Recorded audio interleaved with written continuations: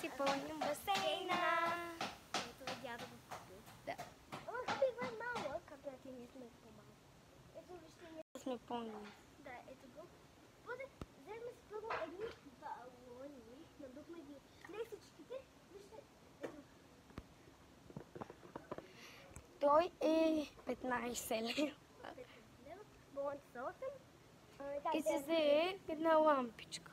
Малко. И тук взе Дъската, която е малката. 2 кърпи и 2 столчета. Това е нейната кърпа на Мики Маус. На Мики Маус, тук 2 столчета и сега ги занесеме на Рай Граса, за да наляга на слънце. Да. После ще преместим и басейна. Да. Тук ще е нашия басейн.